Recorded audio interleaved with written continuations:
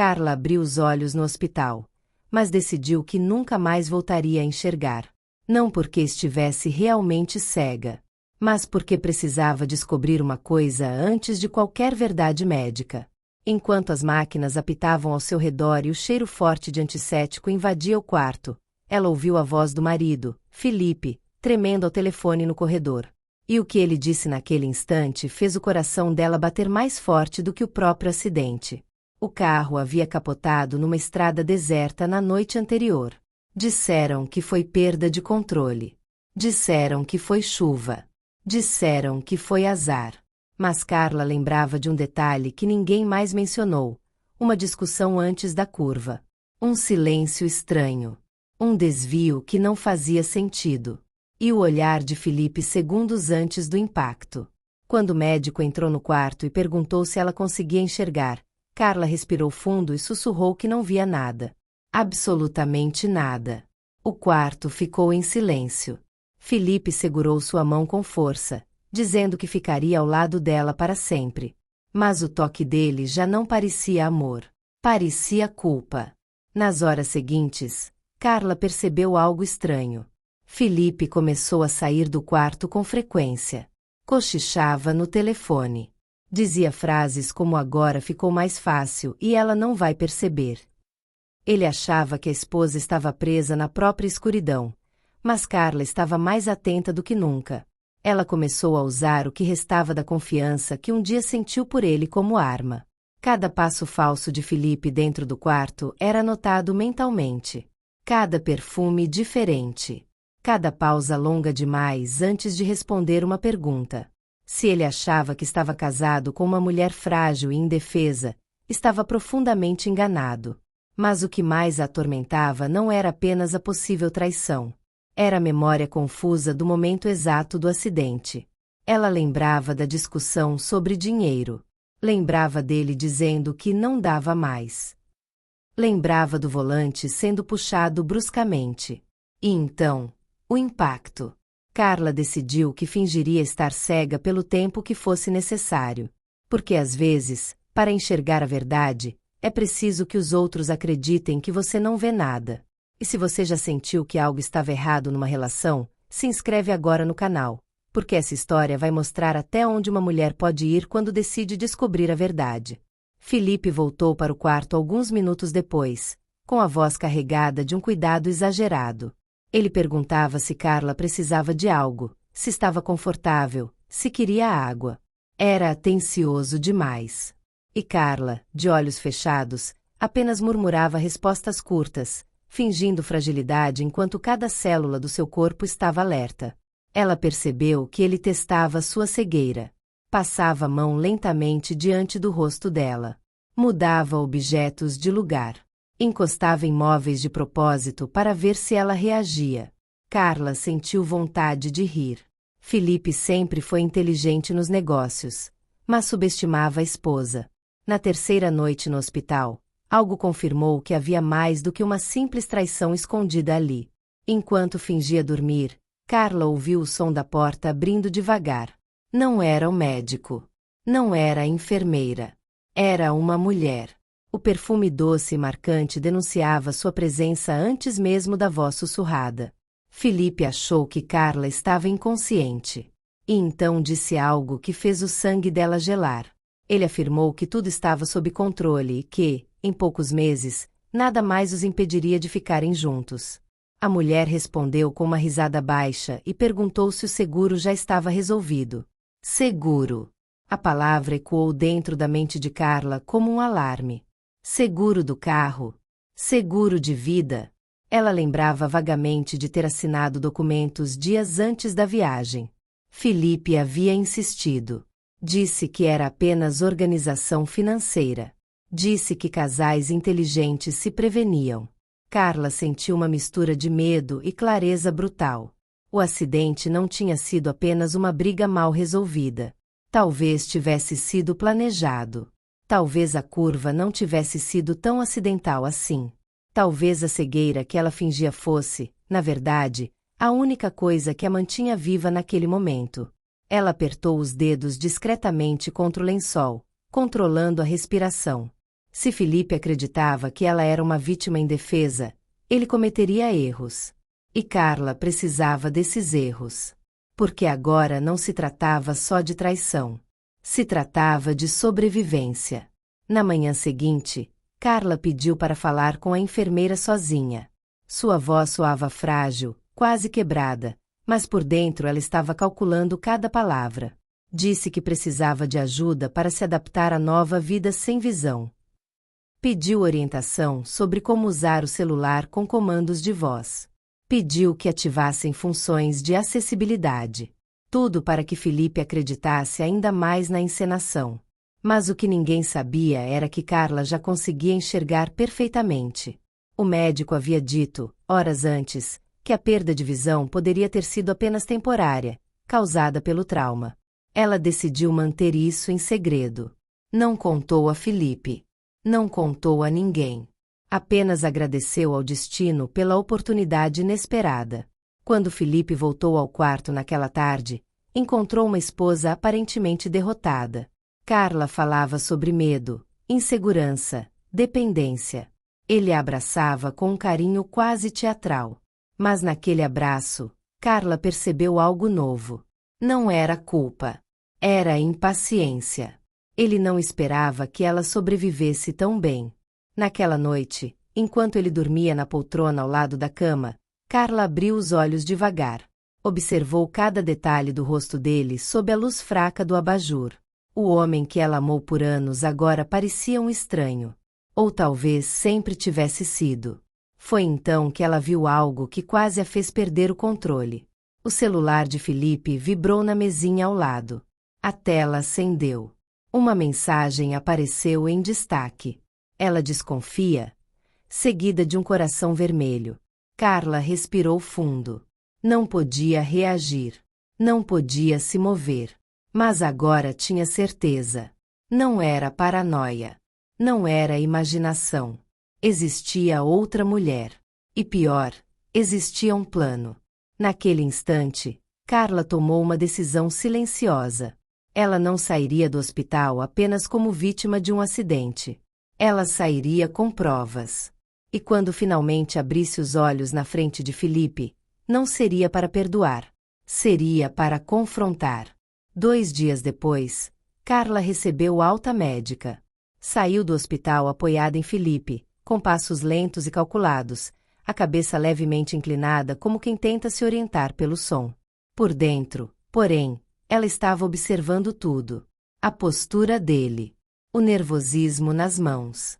O fato de ele evitar qualquer conversa sobre a noite do acidente. No caminho para casa, ela percebeu algo estranho. Felipe não seguiu a rota habitual.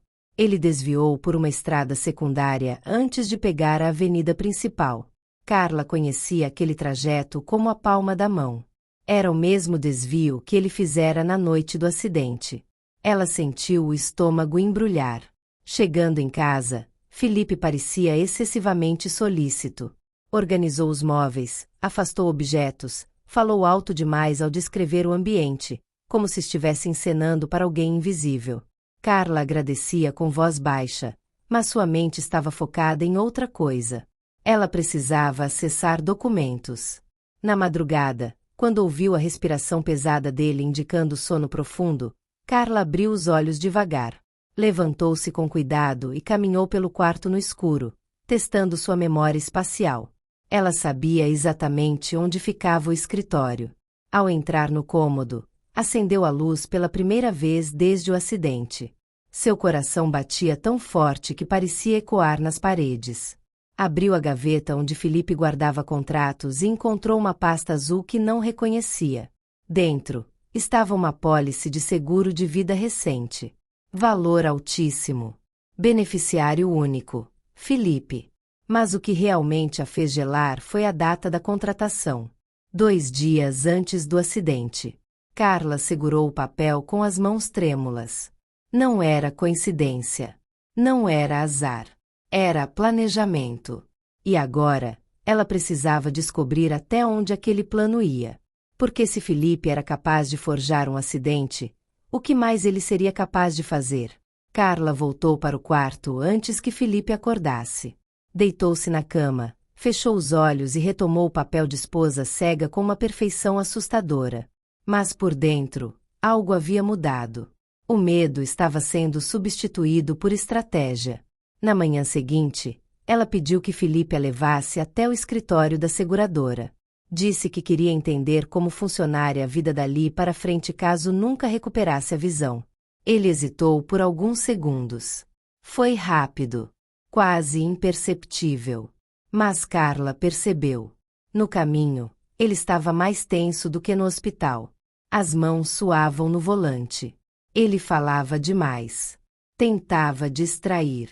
Mas a cada curva, Carla lembrava da noite do acidente. Lembrava do silêncio estranho antes da batida. Lembrava do volante sendo puxado. Na seguradora, enquanto fingia não enxergar os papéis, Carla ouviu atentamente a conversa. O atendente mencionou que a apólice havia sido feita com urgência e que uma pessoa havia comparecido junto com Felipe para agilizar detalhes técnicos. Carla sentiu o chão desaparecer. Ela perguntou, com voz trêmula, quem estava presente naquele dia. O atendente respondeu naturalmente, sem imaginar o impacto da informação. Disse que uma mulher chamada Renata havia acompanhado Felipe, alegando ser consultora financeira da família. Renata. O nome não foi dito no hospital, mas Carla nunca esqueceu aquela voz doce e calculada sussurrando durante a visita noturna. Agora ela tinha o nome da amante. E mais do que isso, tinha prova de que ela participará diretamente do seguro feito dias antes do acidente. Na saída da seguradora, Carla segurou o braço de Felipe com força e perguntou, fingindo insegurança, se ele conhecia alguém chamada Renata. Ele demorou alguns segundos para responder. Disse que era apenas uma profissional contratada. Disse que não era nada demais. Mas Carla já sabia. Não era só traição. Era cumplicidade. Naquela noite, já em casa, Carla pediu que Felipe se sentasse ao lado dela na sala. Disse que queria conversar sobre o acidente. Sua voz estava fraca, mas carregada de algo que ele não conseguiu identificar. Talvez fosse tristeza. Talvez fosse suspeita. Ela começou descrevendo detalhes que lembrava antes da batida. A chuva fina. A curva fechada. O som do motor acelerando um pouco além do normal. Cada palavra era escolhida com precisão cirúrgica. Ela queria ver como ele reagiria. Felipe respondeu rápido demais. Negava antes mesmo de ela terminar as frases. Dizia que era a imaginação causada pelo trauma. Que ela não deveria forçar a memória. Que precisava descansar. Mas enquanto falava, o pé dele batia repetidamente no chão. Nervosismo. Então Carla fez a pergunta que ele não esperava. Perguntou se ele a amava de verdade. O silêncio que se seguiu foi mais revelador do que qualquer resposta. Ele demorou 3 segundos para dizer sim. 3 segundos longos demais para um homem que jurava amor eterno. Carla suspirou e disse algo que fez o sangue dele gelar. Ela comentou que às vezes acidentes não são acidentes. Que às vezes são decisões tomadas em segundos. Que às vezes alguém pode se arrepender tarde demais. Felipe se levantou abruptamente. Disse que ela estava exagerando. Que precisava parar de criar teorias perigosas. A palavra perigosa ficou ecoando no ar. Perigosa para quem? Naquela madrugada, enquanto fingia dormir, Carla ouviu Felipe no telefone novamente. Desta vez a voz estava mais agressiva. Ele dizia que ela estava começando a lembrar. Que aquilo não fazia parte do plano. E que talvez fosse necessário acelerar as coisas. Acelerar. Carla sentiu um frio subir pela espinha. Ela tinha certeza agora. Não era só dinheiro. Não era só traição. Era algo muito mais sombrio. E se ele estivesse disposto a acelerar, ela precisava agir antes. Na manhã seguinte, Carla pediu que Felipe a deixasse na casa da irmã, dizendo que precisava de um pouco de apoio feminino para lidar com a nova condição. Ele hesitou novamente. Perguntou se era realmente necessário. Disse que preferia que ela ficasse sob os cuidados dele. Cuidados, ou controle. Ela insistiu com delicadeza. Disse que precisava desabafar, que estava confusa, que se sentia frágil. Felipe finalmente concordou, mas não sem antes fazer uma ligação rápida dentro do carro. Carla ouviu apenas uma frase sussurrada. Ela vai sair por algumas horas. Ao chegar na casa da irmã, Carla manteve a encenação por alguns minutos. Mas assim que ouviu a porta se fechar e teve certeza de que estavam sozinhas, abriu os olhos pela primeira vez diante de alguém da família. A irmã ficou em choque. Carla contou tudo. O seguro feito às pressas.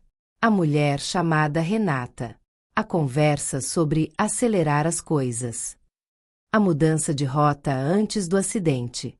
Cada detalhe. Cada suspeita. Cada arrepio que sentirá desde aquela noite.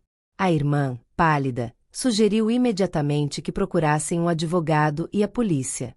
Mas Carla sabia que ainda faltava algo. Ela precisava de uma prova concreta de que o acidente não fora acidental.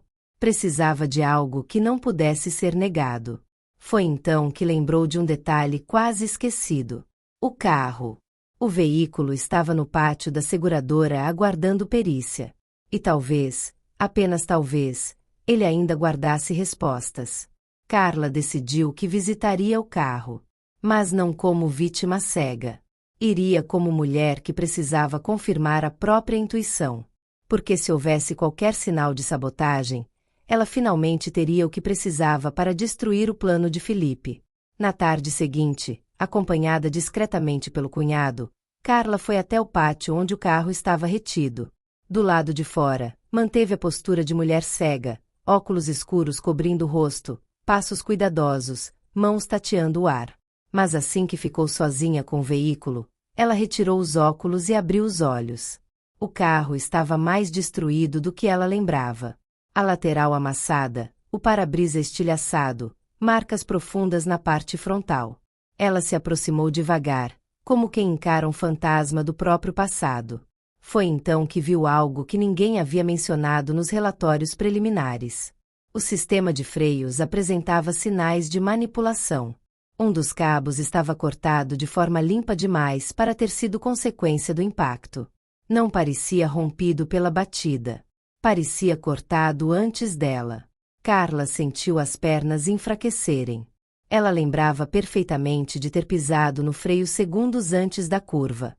Lembrava da sensação estranha do pedal afundando sem resistência. Lembrava de ter olhado para Felipe, desesperada. E agora tudo fazia sentido. O acidente não fora um descontrole momentâneo. Fora sabotagem. Com as mãos trêmulas, Carla tirou fotos detalhadas de tudo. Ângulos diferentes. Close no cabo cortado. No sistema hidráulico. Em seguida, enviou as imagens para o advogado indicado pela irmã. Precisava que um perito confirmasse oficialmente o que seus olhos já sabiam. Quando saiu do pátio, ela colocou novamente os óculos escuros e voltou ao papel de esposa vulnerável. Mas agora não havia mais dúvida. Felipe não apenas a traía. Ele havia tentado matá-la. E se ele estava disposto a fazer isso uma vez, o que impediria de tentar de novo? Naquela noite, Carla voltou para casa mais silenciosa do que nunca. Felipe percebeu. Perguntou se algo estava errado. Ela respondeu que estava apenas cansada. Disse que talvez nunca voltasse a ser a mesma mulher de antes. E, pela primeira vez, viu um brilho estranho nos olhos dele. Não era preocupação. Era cálculo. Ela precisava fazê-lo acreditar que o plano estava funcionando. Durante o jantar, Carla comentou que estava pensando em vender alguns bens para facilitar a vida. Disse que talvez fosse melhor simplificar as coisas. Felipe quase engasgou. Perguntou quais bens. Ela respondeu com calma que pensava na casa de praia e nos investimentos conjuntos. Ele tentou disfarçar, mas ficou tenso. Mais tarde, enquanto ele tomava banho, Carla acessou discretamente o celular dele. Já sabia a senha. Sempre soube. O que encontrou confirmou tudo. Conversas com Renata sobre datas, prazos, valores do seguro. E uma frase que fez seu sangue ferver. Se ela não tivesse sobrevivido, já estaria tudo resolvido. Carla sentiu o ar faltar por um segundo. Aquilo não era só intenção. Era frustração. Ele lamentava o fato de ela estar viva. Mas o que mais chamou atenção foi uma mensagem enviada naquela mesma tarde. Renata perguntava se o plano B ainda estava de pé. Plano B. Carla percebeu que o tempo estava contra ela. Não podia mais esperar provas lentas e processos demorados. Se existia um plano B, ele precisava ser neutralizado antes de acontecer. Ela devolveu o celular exatamente na mesma posição e voltou para a sala. Sentou-se no sofá, respirando fundo, organizando cada passo da próxima jogada. Agora ela tinha fotos do carro. Tinha mensagens comprometedoras. Tinha o nome da amante. Mas precisava de algo que garantisse proteção imediata. E então uma ideia surgiu. Se Felipe acreditava que ela estava indefesa, ela usaria isso para fazê-lo confessar. Na manhã seguinte, Carla chamou Felipe para conversar no quarto. Disse que havia passado a noite pensando. Que precisava desabafar. Ele sentou na beira da cama, aparentemente paciente, mas com o maxilar rígido demais para alguém tranquilo. Ela começou falando sobre medo. Sobre como dependia dele agora. Sobre como a vida havia mudado. Disse que confiava apenas nele. Que não teria forças para enfrentar o mundo sozinha. Cada palavra era uma isca cuidadosamente lançada. Felipe relaxou aos poucos. Então Carla soltou a primeira provocação. Comentou que, às vezes, se perguntava se Deus havia permitido o acidente por algum motivo. Se talvez alguém tivesse tomado uma decisão errada naquela curva. Se talvez o destino tivesse dado uma segunda chance a alguém. O silêncio que se formou foi pesado. Felipe tentou rir. Disse que aquilo era superstição. Mas a respiração dele ficou mais curta. Carla ouviu claramente o som da saliva sendo engolida com dificuldade. Ela continuou, em tom suave. Disse que lembrava de ter pisado no freio. Lembrava do pedal afundando.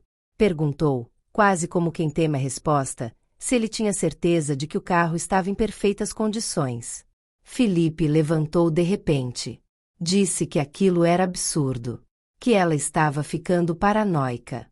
Que o trauma estava afetando sua mente. Mas foi aí que ele cometeu o erro. Ele disse que ela devia agradecer por estar viva.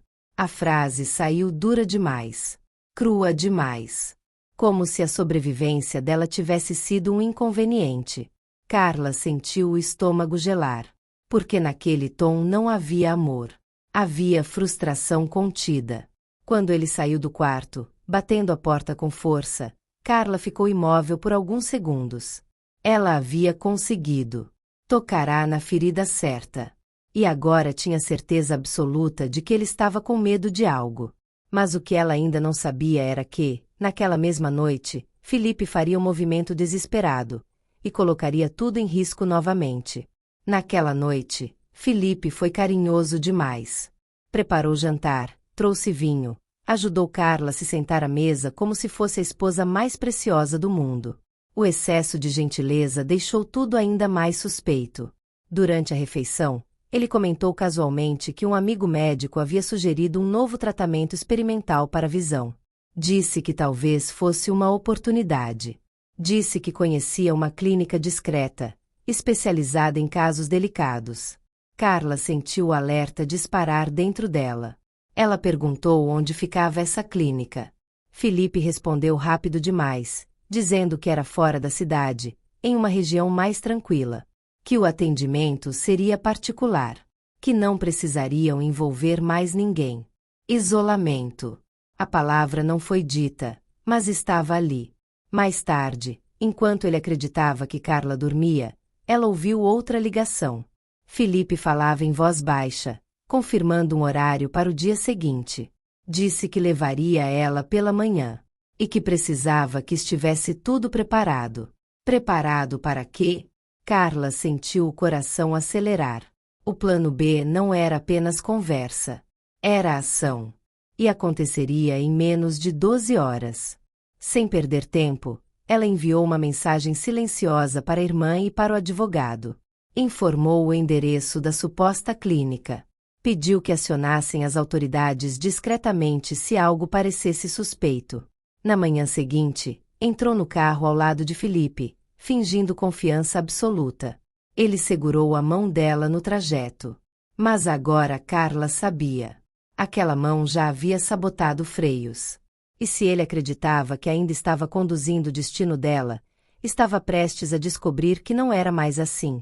O carro parou diante de um prédio isolado, cercado por muros altos e portões automáticos. Não havia placa visível indicando clínica alguma. Apenas um letreiro discreto com um nome genérico. Discreto demais.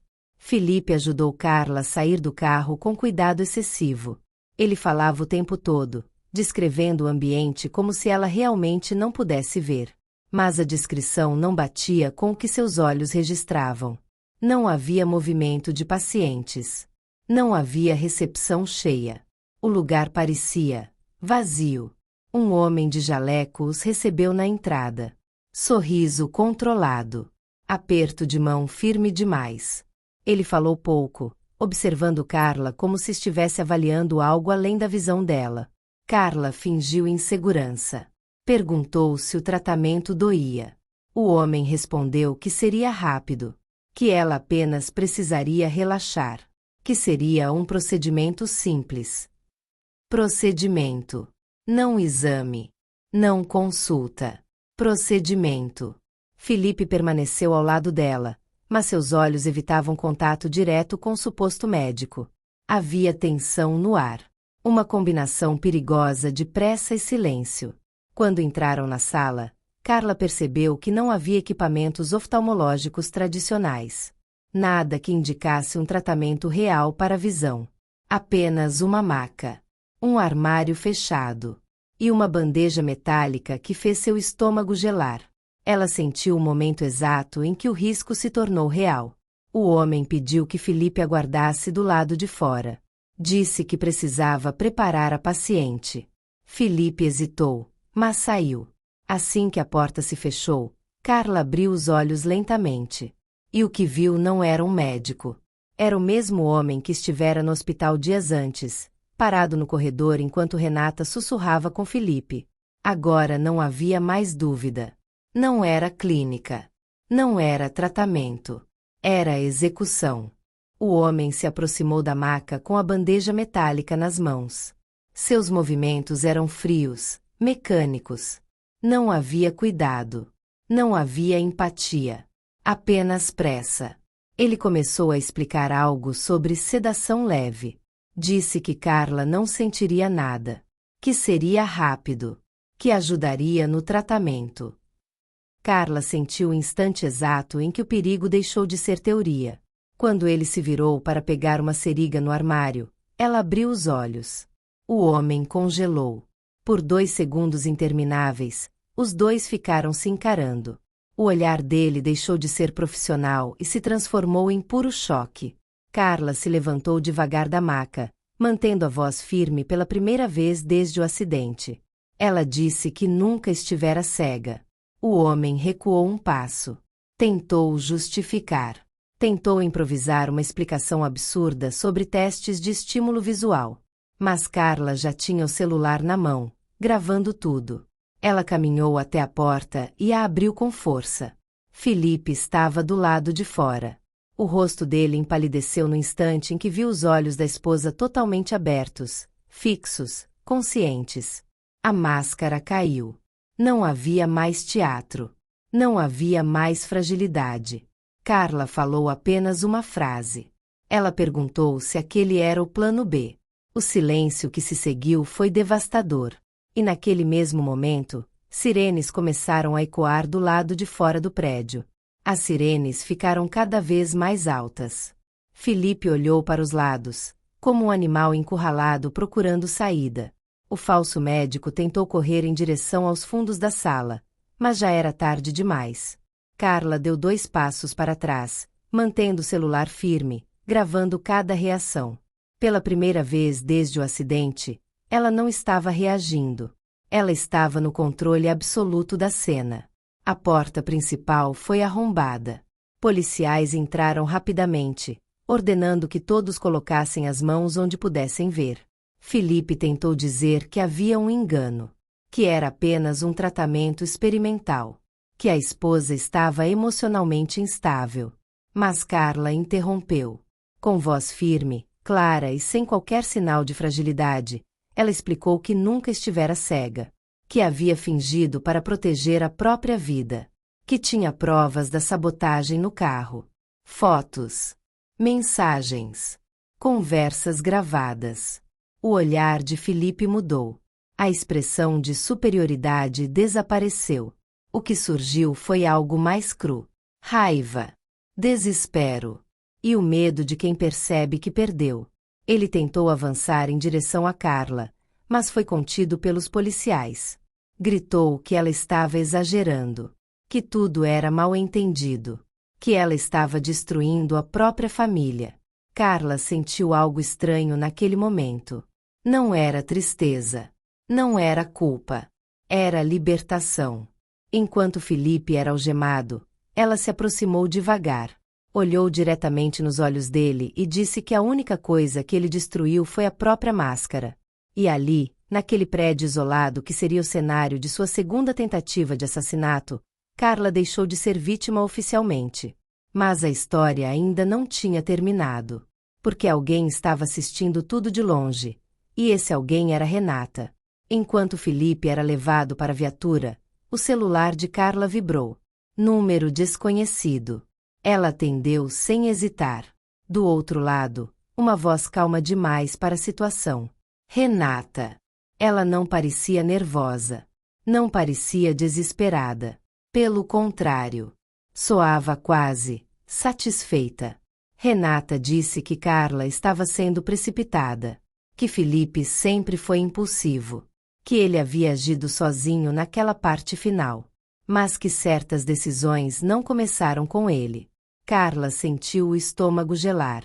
Renata insinuou que o plano inicial não era matar, era apenas assustar. Criar uma situação que permitisse um acordo financeiro favorável. Mas algo saiu do controle na curva naquela noite. Ou será que não saiu? Carla percebeu que havia mais camadas do que imaginava.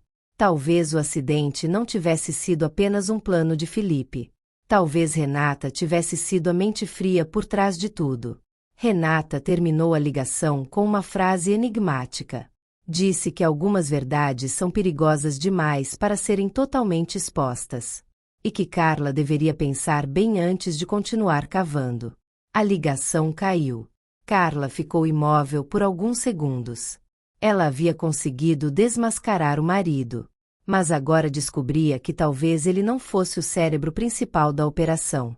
E se Renata ainda estivesse livre, o jogo não havia terminado.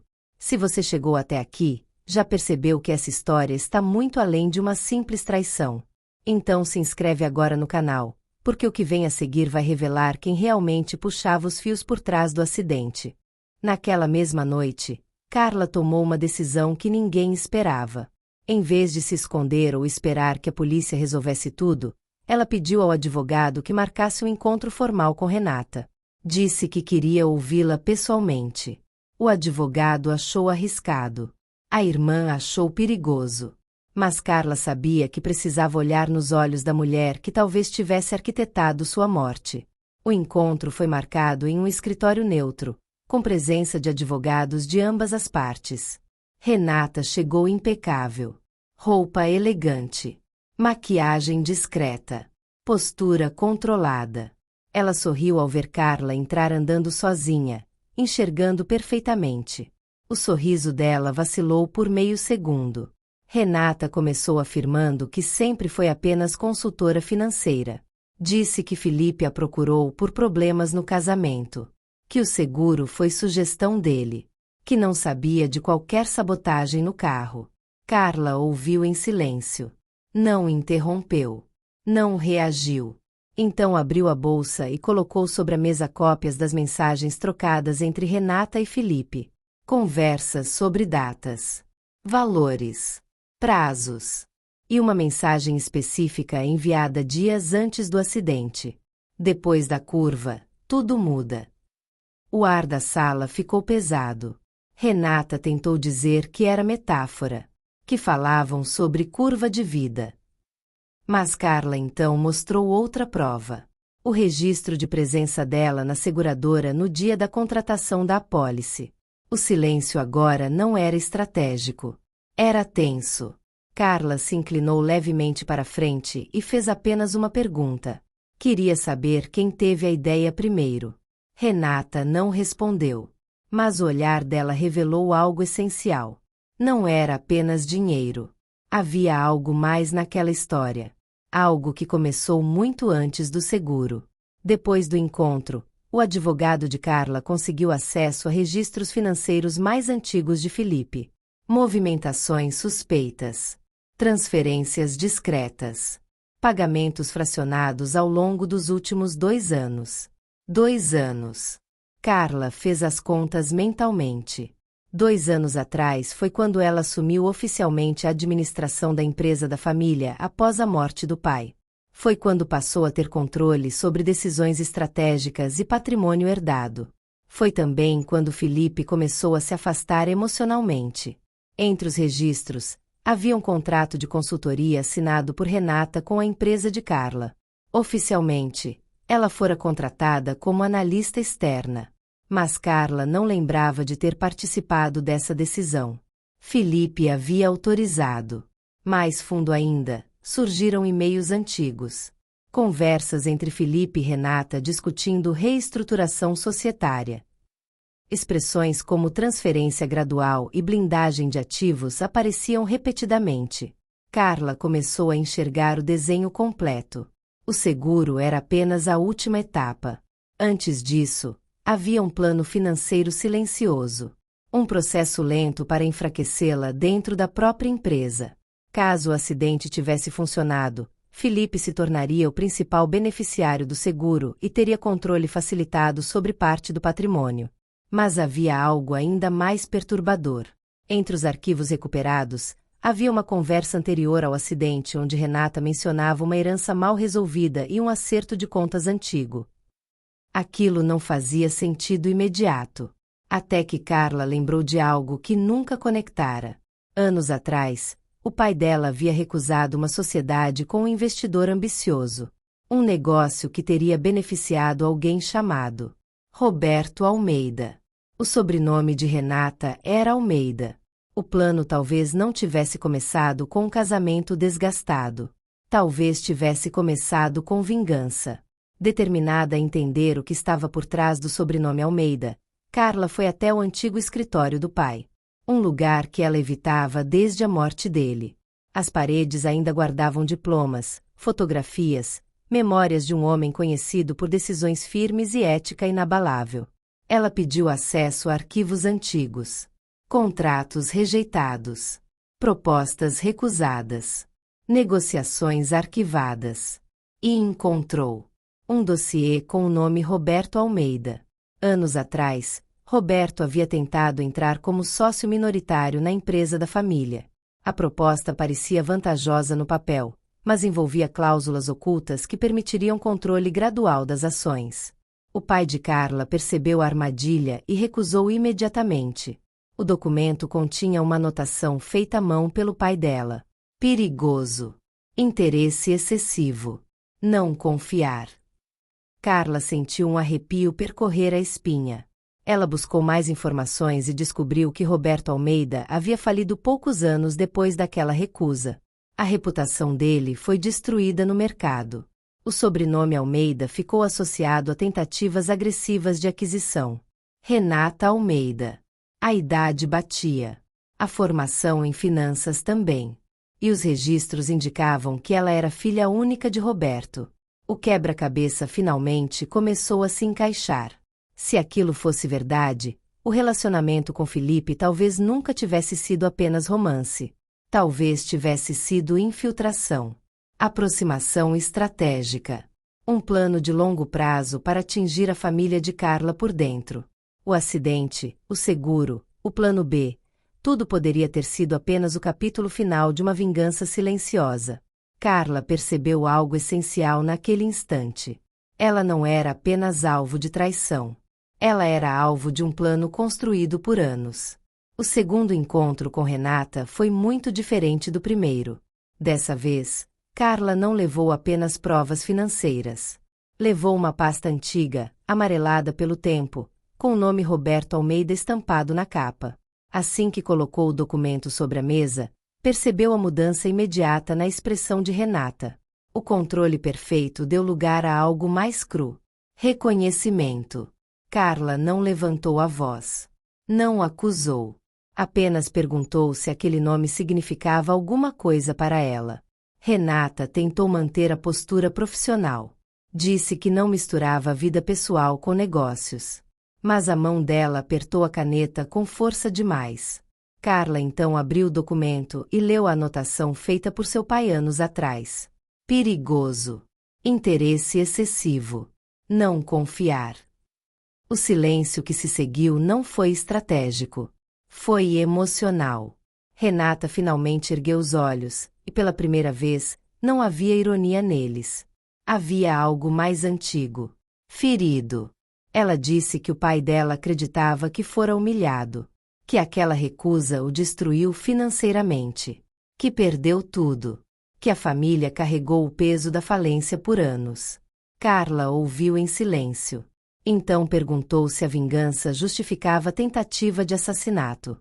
Renata não respondeu diretamente. Disse que, às vezes, justiça não vem pelos meios convencionais. Disse que algumas dívidas são cobradas de outras formas.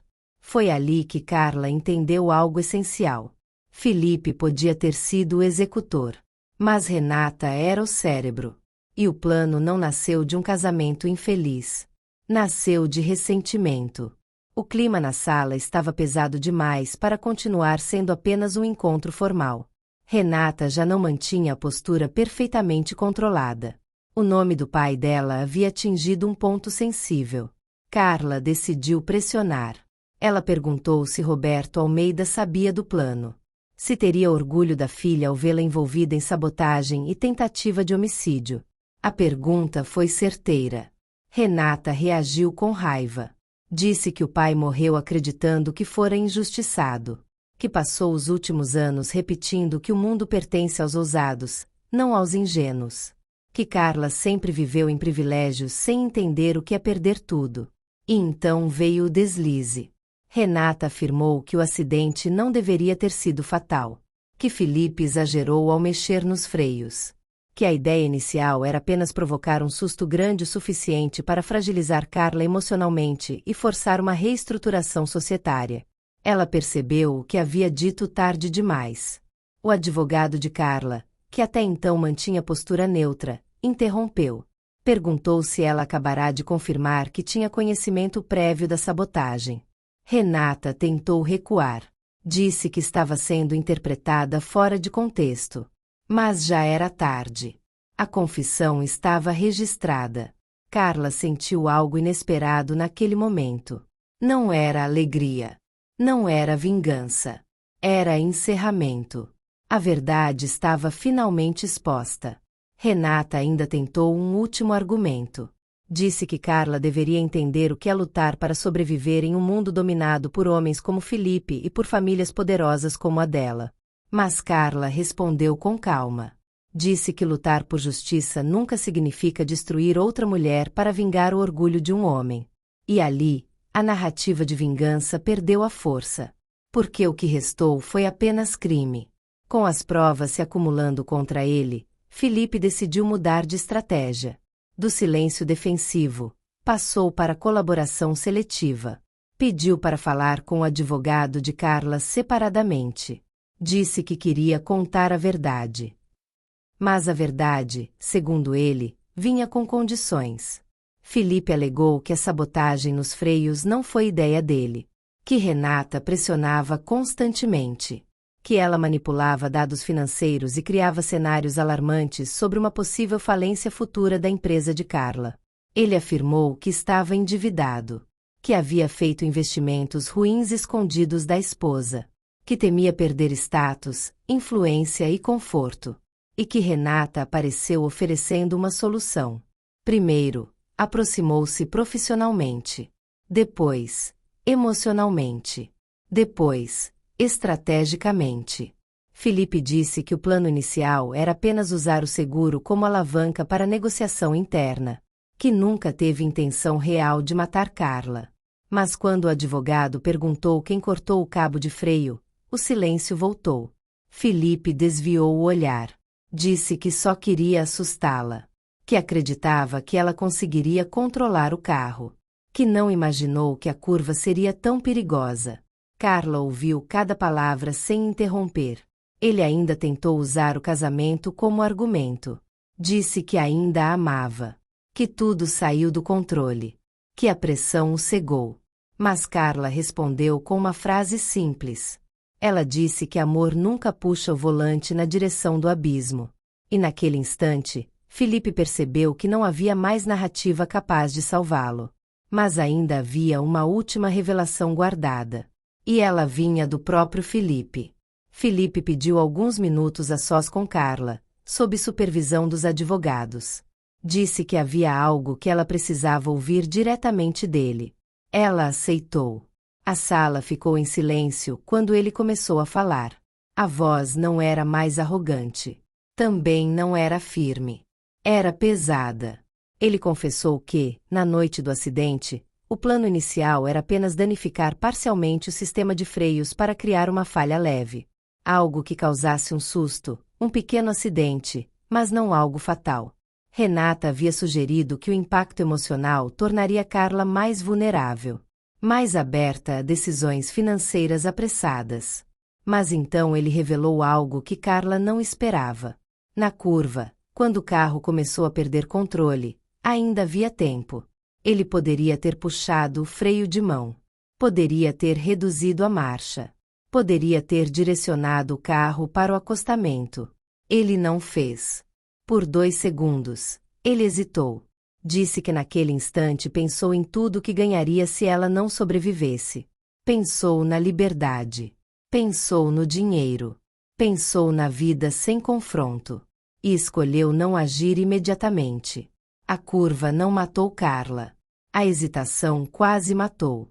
Carla sentiu algo se partir dentro dela naquele momento. Porque aquilo não foi impulso.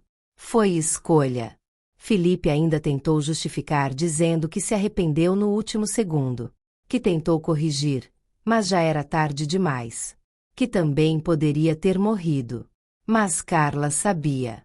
Ele não apenas sabotou o carro. Ele assistiu a própria esposa entrar na curva com freios comprometidos. E calculou o silêncio antes de decidir. E isso era mais cruel do que qualquer corte de cabo. Depois da confissão, Carla não chorou. Não gritou. Não desabou. Ela apenas ficou em silêncio por alguns segundos que pareceram eternos. Observando o homem que um dia dividiu sonhos, planos e promessas com ela. Felipe ainda tentou se aproximar emocionalmente. Disse que foi fraco. Disse que estava perdido. Disse que o dinheiro e a pressão o cegaram. Pediu uma chance. Pediu perdão. Carla finalmente falou. Ela disse que traição machuca. Que mentiras destroem. Mas que o que ele fez ultrapassou qualquer limite imaginável. Ele não apenas falhou como marido. Ele calculou a própria ausência dela no mundo. E isso não tem volta. Ela comunicou formalmente que iniciaria o processo de divórcio imediato, com pedido de bloqueio de bens e investigação completa das movimentações financeiras dos últimos anos. Mas ela foi além. Carla decidiu abrir uma ação criminal independente, reforçando as acusações com todas as provas reunidas. Fotos da sabotagem. Mensagens com Renata. Gravações da falsa clínica. Confissão parcial. Ela não queria vingança. Queria responsabilização. Felipe percebeu naquele instante que havia perdido tudo. O casamento. A reputação. A liberdade financeira. E, possivelmente, a própria liberdade física. Quando ele perguntou se ainda existia alguma parte dela que o amava, Carla respondeu com uma honestidade brutal. Ela disse que talvez tivesse amado o homem que ele fingiu ser, mas nunca o que ele escolheu se tornar. E pela primeira vez desde o acidente, Carla sentiu que estava verdadeiramente enxergando. O julgamento começou meses depois, mas a repercussão já havia tomado proporções enormes.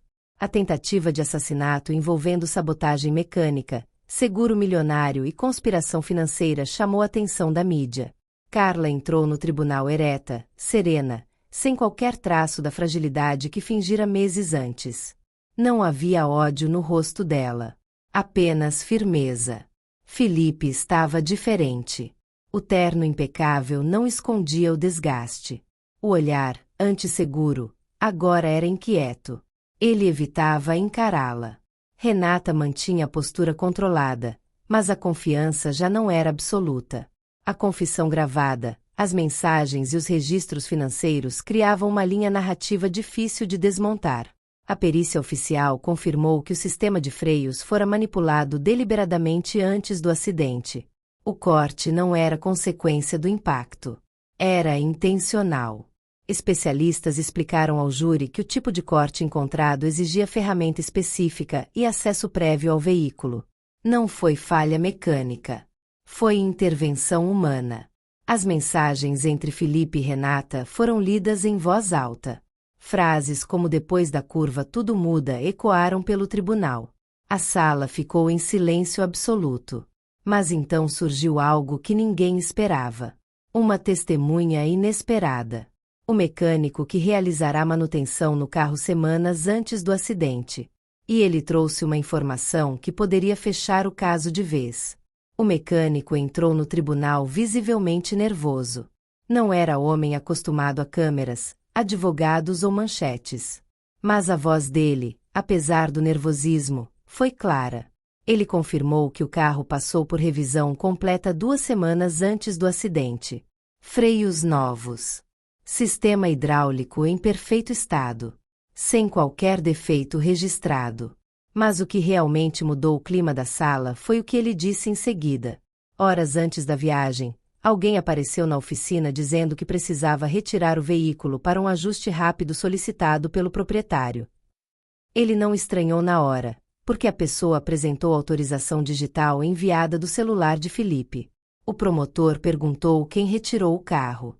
O mecânico olhou diretamente para Felipe. Disse que foi ele. E que não estava sozinho. Renata estava no banco do passageiro. A sala ficou em silêncio absoluto.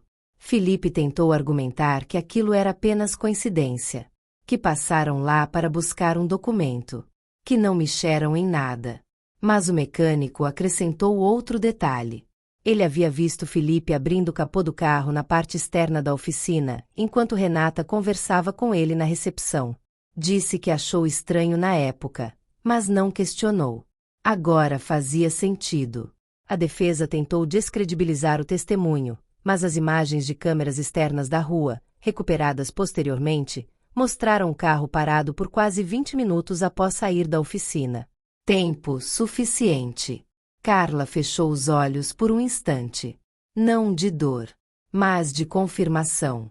A sabotagem não foi impulsiva.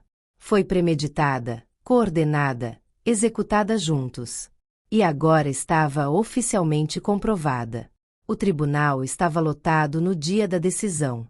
Jornalistas ocupavam cada espaço possível. O caso já era conhecido nacionalmente como o acidente da curva calculada. Felipe e Renata aguardavam lado a lado, mas não se olhavam. A parceria que um dia parecia estratégica agora era apenas um vínculo de culpa compartilhada. O juiz começou a ler o veredito com voz firme. A perícia mecânica, as mensagens trocadas, a confissão parcial, o testemunho do mecânico e a gravação da falsa clínica formavam um conjunto de provas consistente demais para ser ignorado. Tentativa de homicídio qualificado. Conspiração para a fraude financeira. Associação criminosa.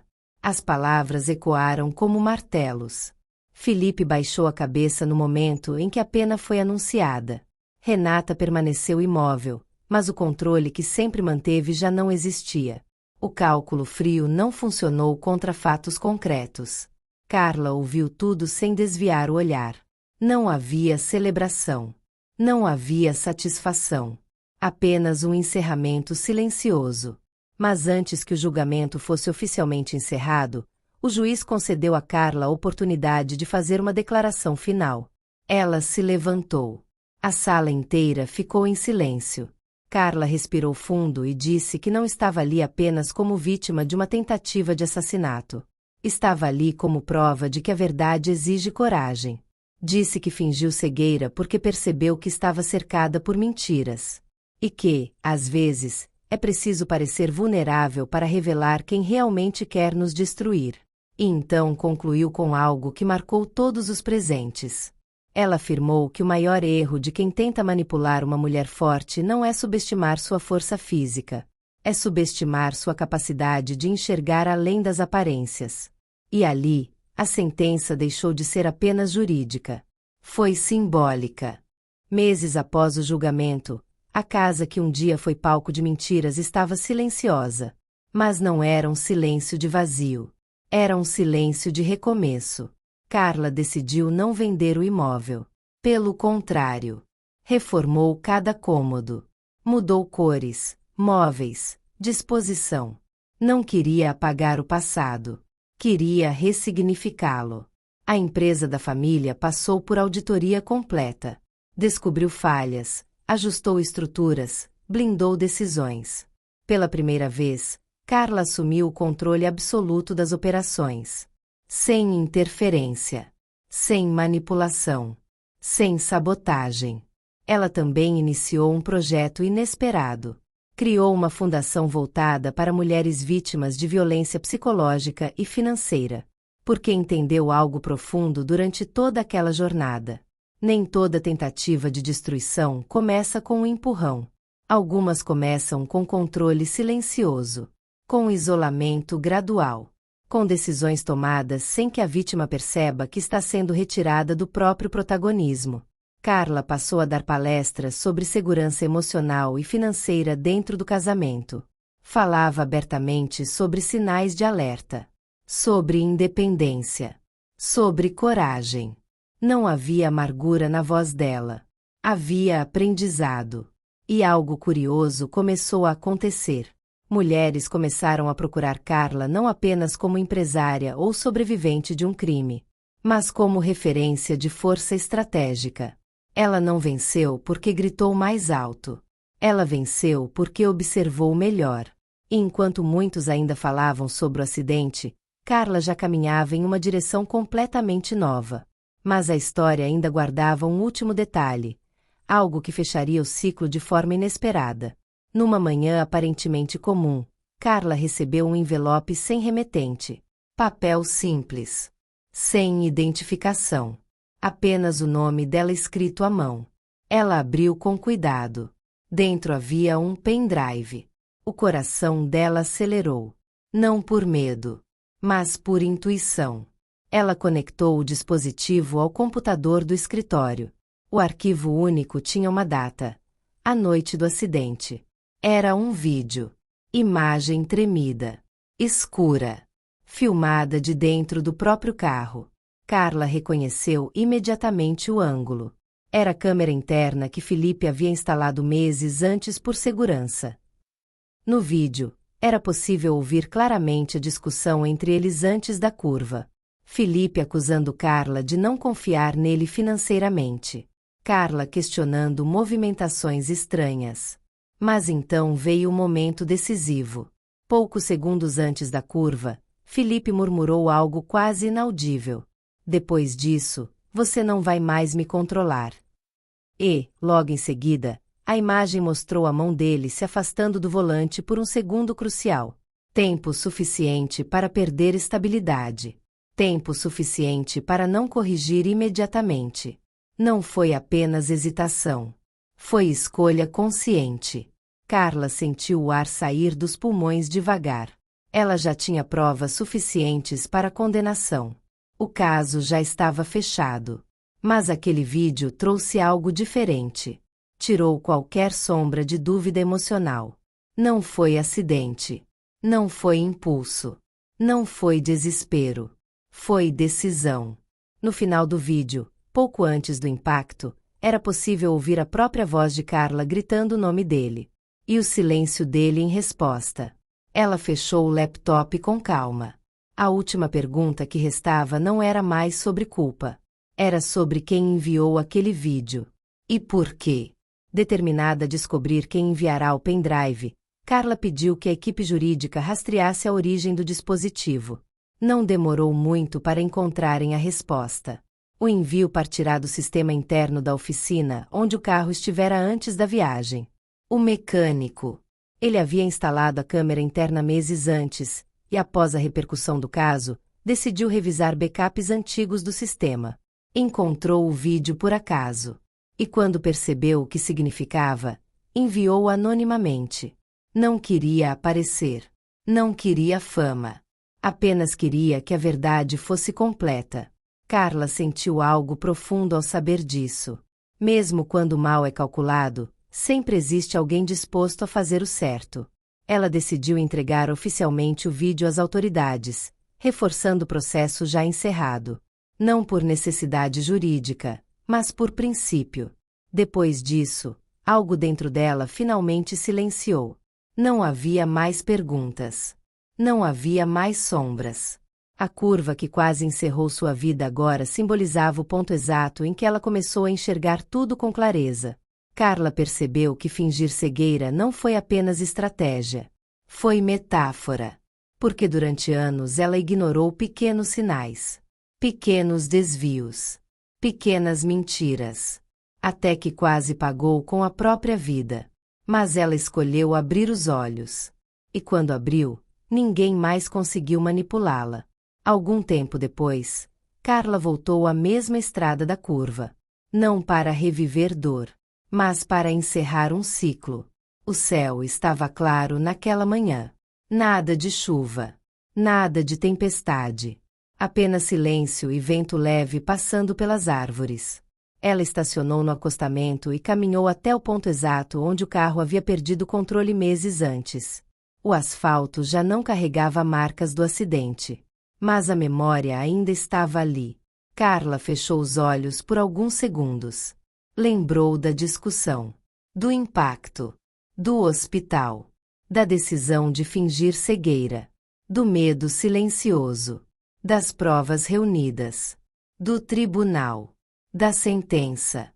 E então percebeu algo profundo. Ela não sobreviveu por sorte. Sobreviveu porque decidiu enxergar. Ela entendeu que o verdadeiro perigo nunca foi apenas a sabotagem no carro. Foi o momento em que deixou de ouvir a própria intuição no passado. Foi ignorar sinais pequenos demais para incomodar, até que se tornaram grandes demais para sobreviver. Mas ali, naquela curva, ela fez uma promessa silenciosa. Nunca mais fingiria não ver o que está diante dos próprios olhos. Nunca mais permitiria que alguém conduzisse sua vida na direção errada enquanto ela permanecesse em silêncio. Carla voltou para o carro. Um novo carro, escolhido por ela, comprado por ela, dirigido por ela. Dessa vez, as mãos no volante eram firmes. E o controle era totalmente dela. Se essa história te fez refletir sobre sinais, escolhas e coragem, se inscreve no canal agora. Porque aqui você vai ouvir histórias que mostram que força não é gritar mais alto, é enxergar mais longe. E às vezes, a maior vingança não é destruir quem tentou te derrubar. É simplesmente continuar, viva, lúcida e no comando da própria estrada.